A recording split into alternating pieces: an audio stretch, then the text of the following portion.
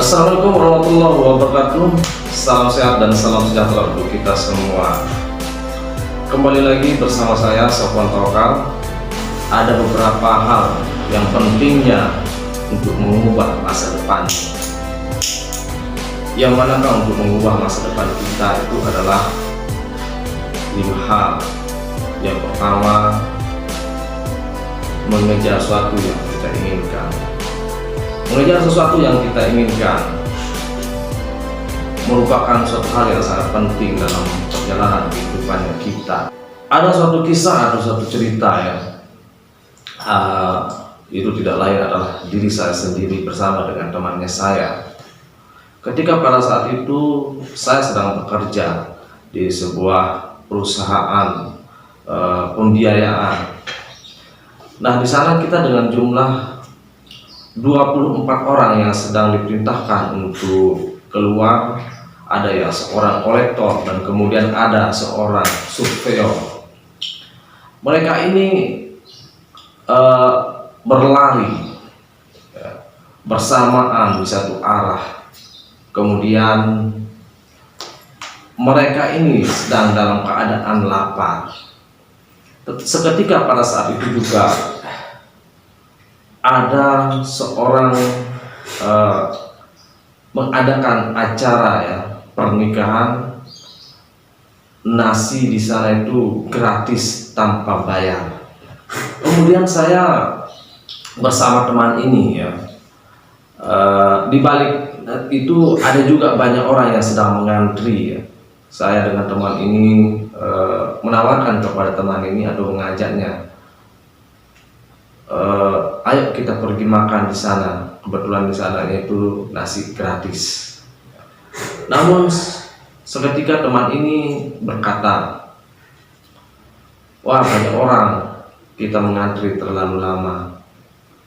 Seketika saya juga diam. Kemudian saya bilang, di sana gratis, kita tanpa bayar. Kemudian teman ini juga berkata,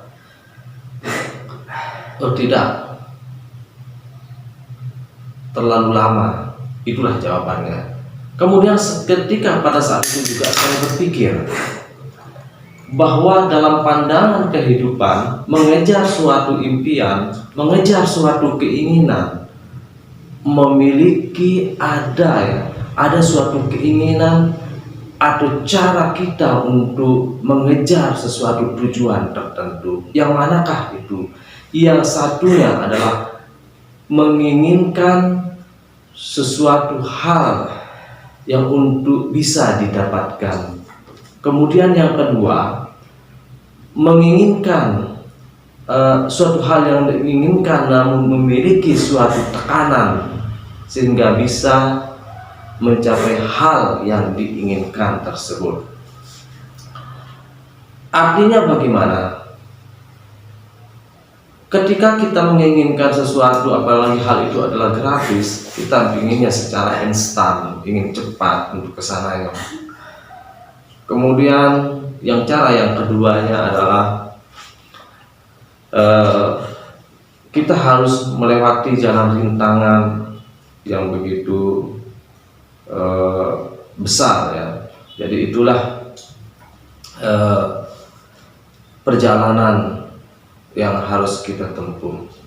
Nah, untuk yang kedua adalah kejadian yang tidak disadari. Jarang di antara kita itu begitu cepat untuk menyadari hal-hal yang misalnya kecil ya, permasalahannya tidak terlalu besar, tapi kita tidak pernah sadarinya.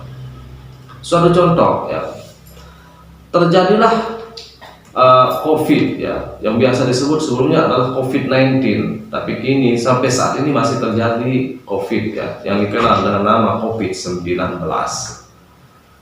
Kita tidak pernah sadar di dunia COVID ini sudah dikenal.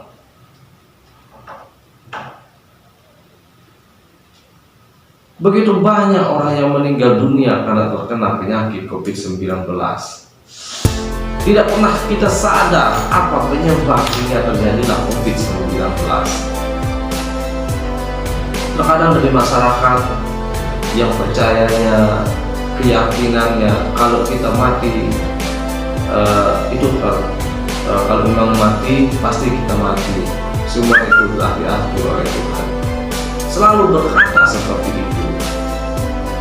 Namun dia nggak pernah sadar bahwa penyebab kematiannya itu ada, terjadinya begitu. Bahkan semua ilmuwan pun juga berpikirnya begitu. Padahal yang menyebabkan terjadinya COVID sehingga matilah orang tersebut itu karena kurang bersihnya, ya. Bersihnya kurang dan tidak mematuhi aturan-aturan yang sudah ditetapkan oleh pemerintahan. Ketika dicegah, gunakanlah ini. Tetapi para masyarakat karena menolak untuk menggunakan aturan tersebut. Kita tidak pernah sadar bahwa melanggar aturan perintahan dari pemerintahan itu adalah penyebab terjadinya suatu penyakit atau kematian dari orang-orang masyarakat yang terkena COVID-19. Disuruh pakai masker, terkadang tidak pakai masker. Diminta untuk cuci tangan, terkadang tidak mencuci tangan. Diminta untuk jangan terlalu berkumpul, salam-salaman, tapi tidak dilakukan. Itu yang tidak pernah disadari oleh masyarakat kita. Selalu berpegang teguh dengan keyakinannya, jika kita memang sakit atau mati itu pasti karena Allah. Betul, memang itu karena dari Tuhan. Mati, hidupnya itu karena tergantung dari Tuhan. Tapi apa salahnya, ya? Apakah ada salahnya jika kita mematuhi aturan tersebut, bahwa aturan yang dikatakan, yang ditetapkan oleh pemerintah itu memang benar, betul, ya, kita ikuti, tapi jarang masyarakat yang memahami hal-hal tersebut. Kemudian yang ketiga adalah peduli satu sama lain. Peduli satu sama lain. Ada satu cerita, satu kisah. Orang ini bertanya, kebetulan kami bertemu dengan seorang komandan tentara dan kepolisian.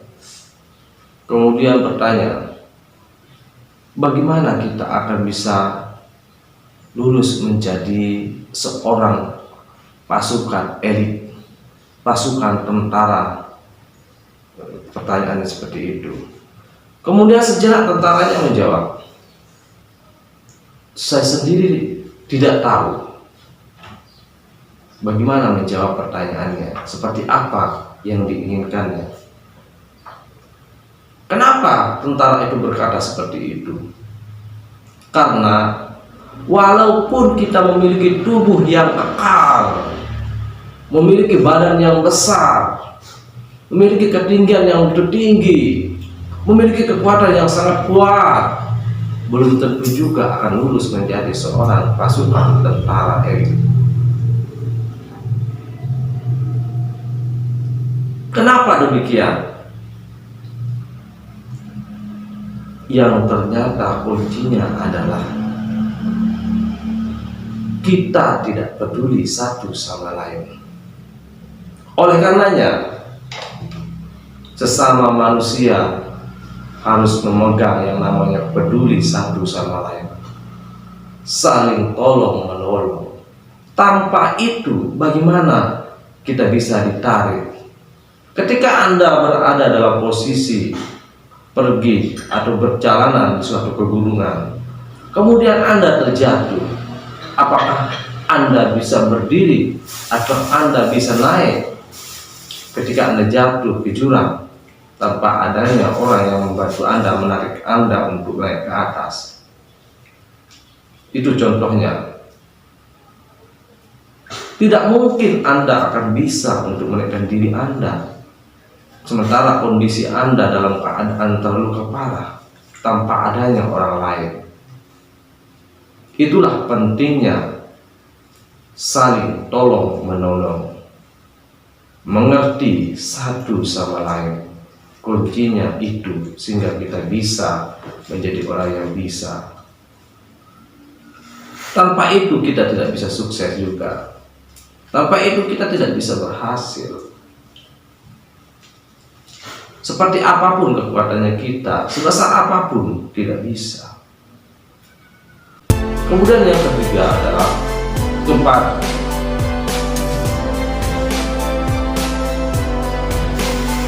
beradaptasi. Mantan Presiden Barack Obama dulu beradaptasinya di negara Indonesia sejak kecil. Kemudian beliau sekolahnya di Indonesia, di Menteng, di SD.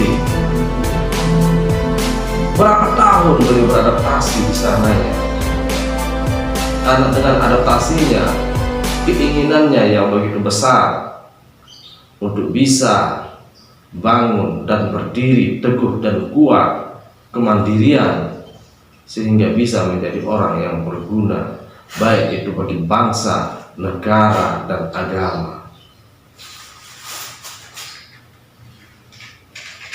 Bapak Presiden Barack Obama memegang teguh pendiriannya ketika berumur sudah dewasa. Yang mana pertama adalah mempunyai harapan. Kenapa memiliki keinginan untuk mempunyai harapan? Karena setiap kehidupan pasti memiliki harapan. Setiap orang tujuannya seperti itu. Tanpa harapan, kita bukanlah siapa-siapa. Yang kedua, tetap fokus. Kita tetap fokus terhadap apa yang kita inginkan. Tetap fokus terhadap tujuannya kita. Tanpa kefokusan, maka tidak akan terjamin bisa kita capai.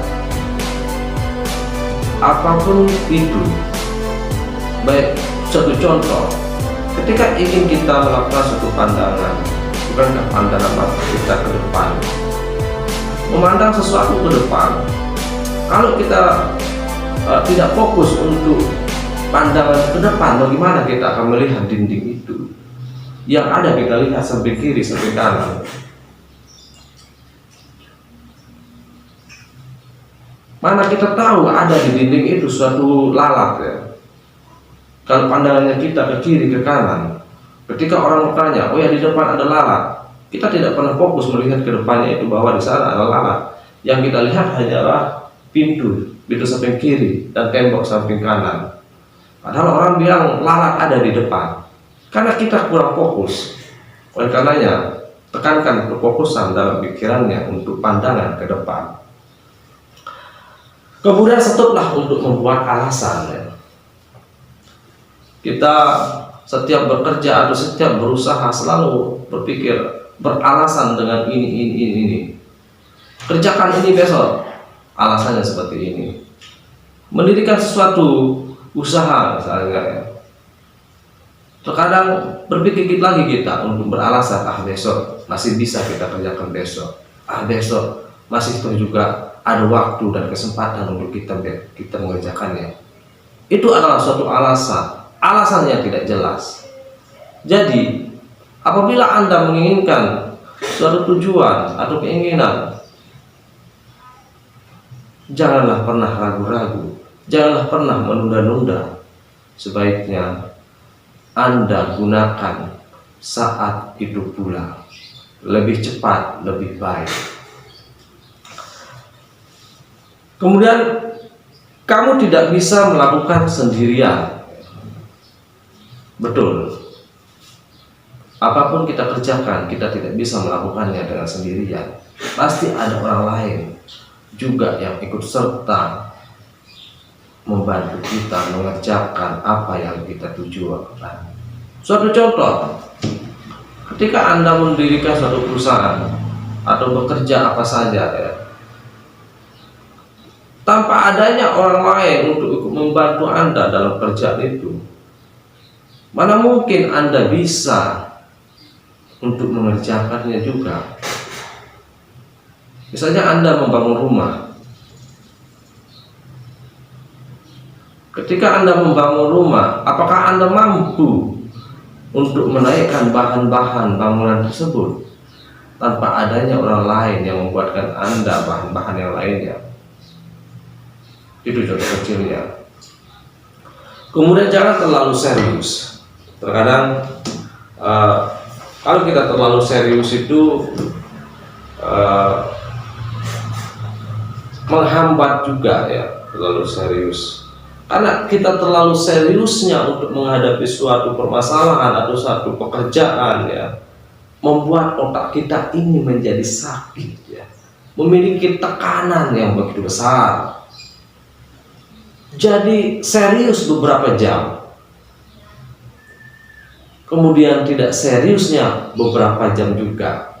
Paling tidak seriusnya itu ya misalnya 24 jam. Yang 24 jam itu gunakan keseriusannya ya 10 jam boleh, kemudian tidak serius 14 jam boleh. Jadi ketidakseriusannya itu bukan berarti tidak beraktivitas ataupun tidak bekerja. Tidak serius, tetapi tetap dalam komitmen bekerja di sananya itu. Ada suatu bercanda ria, bahagia di sananya.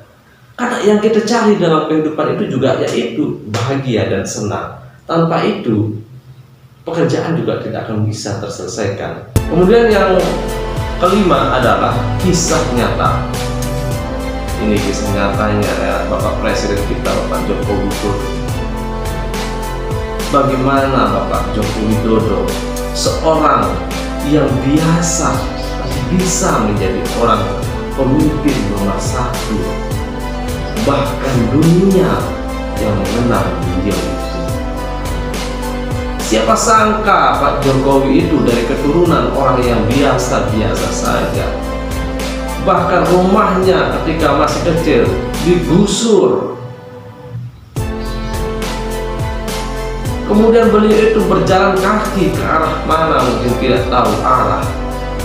Tetapi karena memiliki tekad dan perjuangan, semangat yang kuat, fokus, sehingga tujuannya bisa tercapai. Dulu ketika Pak Jokowi masih kecil, rumahnya digusur orang tuanya. Kemudian orang tuanya bingung mau kemana. Tidak lama kemudian orang tuanya Pak Jokowi berpikir bagaimana sehingga ke rumah kakeknya ya, bersama dengan pamannya di sana itu bertempat tinggal sementara. Kemudian beliau itu berusaha di bidang industri ya, industri kayu. Nah, dari usaha kayunya, tapi Pak Jokowi sebagai anak, siapa sangka begitu selesai kuliah, beliau langsung turun terjun untuk usahanya di bidang kayu itu. Dulunya Pak Jokowi sulit untuk mendapatkan kopi, secangkir kopi yang dari orang-orang ya. Tapi kini Pak Jokowi menerima secangkir kopi di setiap kunjungan dan cangkir kopi yang begitu indah. Itulah perbedaannya. Ketika Anda dalam keadaan susah atau hidupnya Anda sakit, orang biasa, siapa yang memberikan Anda secangkir kopi? Tetapi ketika Anda sudah menjadi orang yang besar, maju tanpa Anda minta kopi secangkir, Anda akan dituangkan secangkir kopi dan tangkap yang begitu indah untuk dipandang, sehingga menikmati kopi itu sangat luar biasa. Bahkan Anda akan dipuji-puji.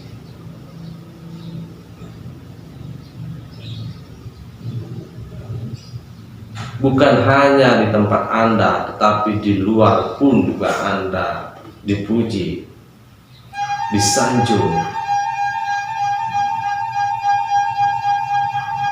Itu suatu kisah perjalanan satu kehidupan. Terima kasih dari Sapuan Tawakal. Assalamualaikum warahmatullahi wabarakatuh.